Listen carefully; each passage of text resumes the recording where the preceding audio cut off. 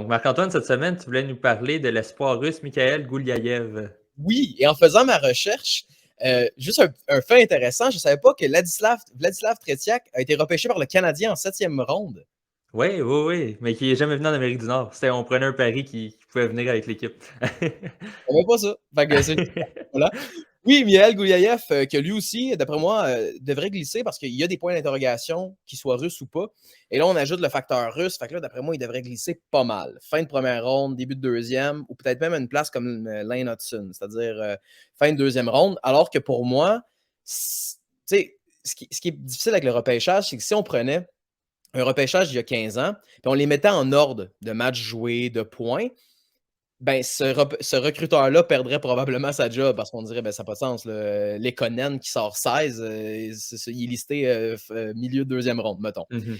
Donc voilà, ça ne marche jamais comme ça. Il y a des gars en quatrième ronde qui ont des grandes carrières, des gars en cinquième ronde. Gallagher, c'est un choix de cinquième ronde, puis il serait probablement top 10 aujourd'hui ou top 15 certainement. T'sais. Donc, Mihail Gouliaev, je pense qu'il a un potentiel d'être un talent top 10. Mais encore une fois, c'est un défenseur de 5 pieds 10, 170 livres. C'est difficile aussi avec les espoirs russes pour plusieurs choses aussi. Pourquoi ils se font repêcher plus tard? C'est parce qu'on n'a pas souvent mainmise au niveau du développement. Encore plus en ce moment. Il ne pourra pas assister au combine non plus. Donc là, un gars de 5 pieds 10 à 170 livres, tu aimerais savoir s'il est fort parce que à ce stade-là, ça commence à être pas super lourd. Il a joué dans la MHL, la VHL et la KHL et tu demanderas à n'importe quel recruteur, c'est de la constance qu'on cherche dans le développement. Fait que là, le gars, il joue dans 3 ligues différentes en Russie. Tu peux juste le voir par vidéo. Ça commence à faire beaucoup.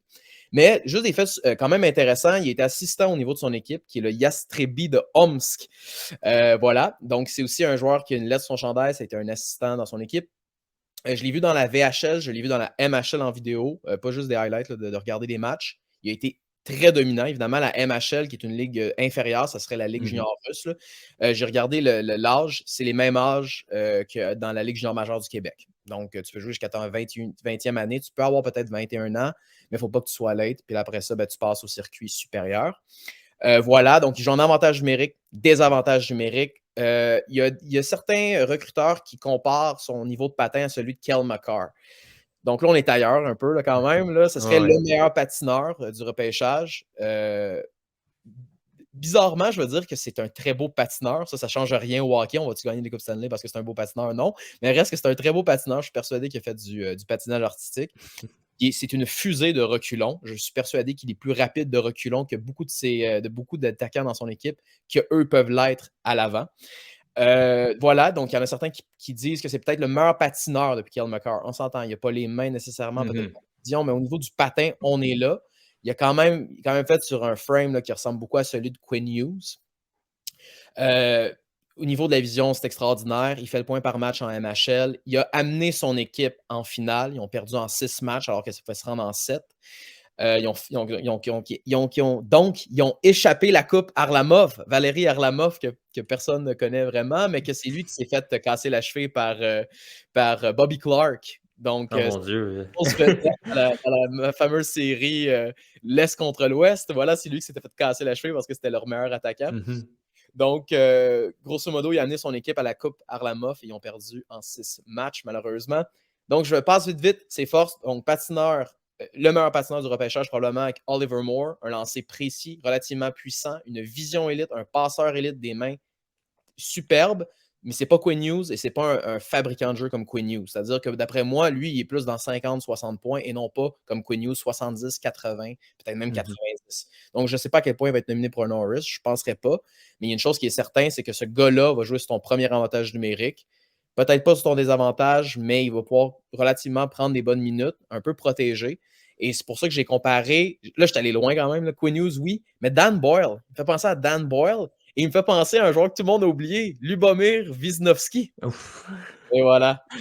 Donc, on a un peu de plaisir là-dedans. Donc, je vais en profiter pour vous montrer des extraits parce que là, à force d'en parler, on a le goût de le voir. Donc, voilà. Donc, la rondelle sort assez rapidement quand on parle de Mihail Gouliaev. Donc, coupe dans le centre, même pas à pleine vitesse. Et voilà, la rondelle est sortie. Puis, on passe au prochain appel. Encore une fois, lui qui sort de son filet, pleine vitesse, déculotte un joueur, rentre dans le centre, attire un autre. Il y a 3 joueurs. Il est tellement rapide que c'est difficile à gérer pour les ailiers parce qu'ils se disent, ben là, ils n'ont pas assez de vitesse. Donc, souvent, ça arrive qu'il va pénétrer la zone. Il y a un repli défensif qui se fait, donc il y a 3 joueurs contre lui. Donc, des fois, ça joue contre lui parce qu'il est beaucoup plus rapide que ses coéquipiers. Et je dirais que sa plus grande force, c'est vraiment les sorties de zone. La rondelle ne reste jamais dans la zone avec lui. Et le problème, c'est qu'il est trop talentueux. Souvent, il essaye de faire des jeux tellement compliqués et ça marche parce qu'il est en MHL dans la Ligue nationale. Est-ce que ça va marcher? Question. Mais je suis persuadé que oui parce qu'il y a vraiment un talent, pour moi, de top 10 et peut-être même top 5 à ce stade-ci. C'est vraiment élite. Mais il y a tellement de points d'interrogation que moi, être recruteur, je ne mets pas ma job. J'ai le 8e choix au total, je ne prends pas Miel Gouliaïev. Mais je mets un cœur à côté. Puis là, si j'ai un choix autour de 39, je saute dessus. Ben, c'est ce que j'allais dire. Exemple, une équipe qui a plusieurs choix de repêchage, et je pense notamment, exemple, aux Canadiens qui l'ont déjà fait par le passé. On avait eu un Romanov qui était classé beaucoup plus loin par plusieurs recruteurs, puis on a repêché un peu plus tôt. Ben, ça pourrait être le cas, justement, dans ce cas-ci pour Gouliaïev. Ben, oui, mais reste à savoir, si au 5e rang, tu prends pas Matvei Michkov, mais que tu décides de prendre Gouliaïev en début de 2e, il y a du monde qui vont virer Ouais. à Montréal.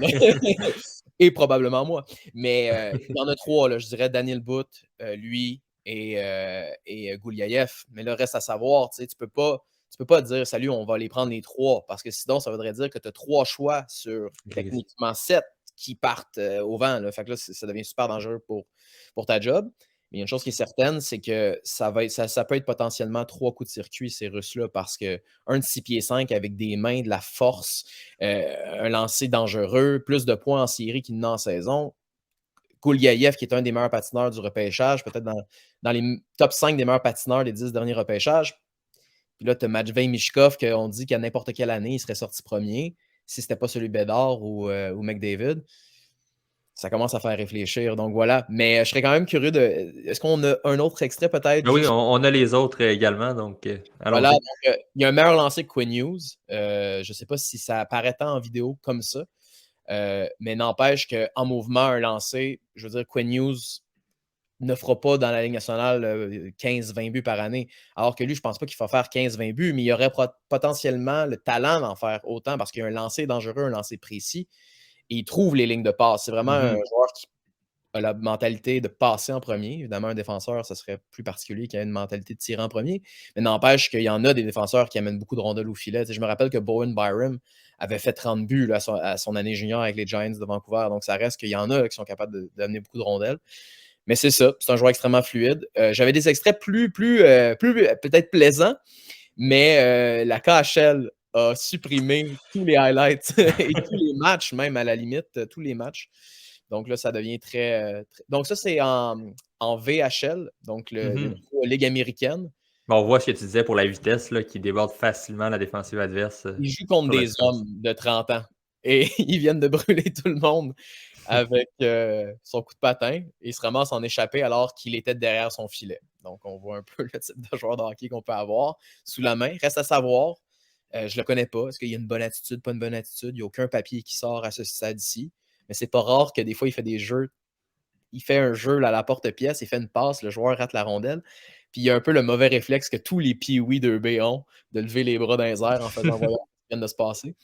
Donc, beaucoup de points d'interrogation, mais j'étais quand même excité de vous le montrer. Et je suis persuadé que plus tard, on va regarder, si on fait l'histoire du hockey, on va regarder des joueurs comme, je sais pas moi, Larionov, Bourré, tous ces joueurs-là qui ont été repêchés en 10e ronde, 8e ronde, 9e ronde. Puis là, on se dit comment ça se fait. Puis là, on fait, ah oui, c'est vrai, OK, le fameux rideau de fer qui existait entre l'Est et l'Ouest. Et là, finalement, on se rend compte que ça a été parmi les joueurs les plus électrisants là, des dernières décennies. Voilà. Oui, bien évidemment, on suivra ça avec attention. Penses-tu même qu'il y a peut-être une chance justement qu'il glisse en 3e ou 4e ronde ou tu penses que ça, logiquement, on va quand même prendre une chance parmi une des 32 équipes? Moi, je pense que le plus haut que je l'ai vu, ça serait autour de 15, 17, 20, 25. Donc, si on fait le rapport peut-être avec Michkov qui 5, qui risque de sortir 8, 9, 10, ouais, moi, je pense que des milieux de 2e ronde ou fin de 2e ronde, il devrait être à peu près là. Je me dis que, tu sais, si Lane Hudson est sorti fin de 2e dans un repêchage encore moins solide, Ouais, ça devrait ressembler à fin de deuxième ronde selon moi, mais si tu me dis, là, il sort milieu de troisième, je serais absolument pas surpris. Mais ça serait à suivre et à voir quelle équipe mettra la main sur un talent comme ça, justement, qui risque d'être sélectionné tardivement, simplement en raison d'une question politique, évidemment, de la situation en Russie présentement.